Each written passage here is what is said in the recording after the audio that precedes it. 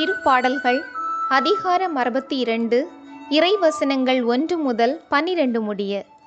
கடவுளின் பாதுகாப்பில் நம்பிக்கை.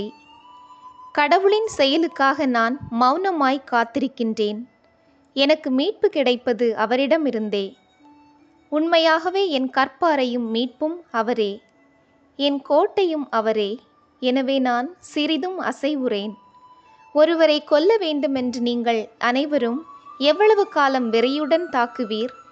நீங்கள் எல்லாரும் இடிந்த மதிலுக்கும் சிதைந்த வேலிக்கும் ஒப்பாவீர். அவர் இருக்கும் உயர் நிலையிலிருந்து அவரை தள்ளிவிட திட்டமிடுகின்றனர். பொய் சொல்வதில் இன்பம் காண்கின்றனர்.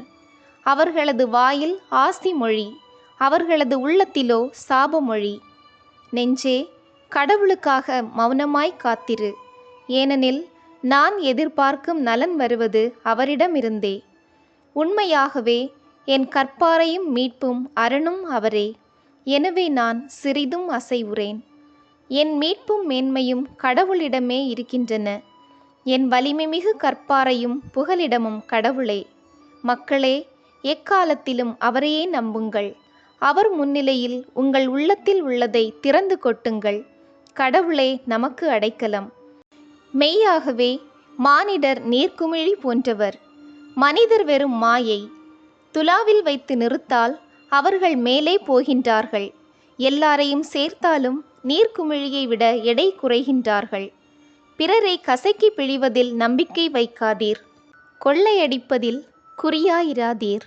செல்வம் பெருகும்போது உள்ளத்தை அதற்கு பறை கொடுக்காதீர். ஆற்றல் கடவுளுக்கே உரியது என்று அவர் ஒருமுறை மொழிய நான் இருமுறை கேட்டேன். என் தலைவரே, உண்மை பேரன்பு உமக்கே உரியது. ஏனெனில் ஒவ்வொரு மனிதருக்கும் அவர்தம் செயல்களுக்கு தக்க கைமாறு நீரே அளிக்கின்றீர்.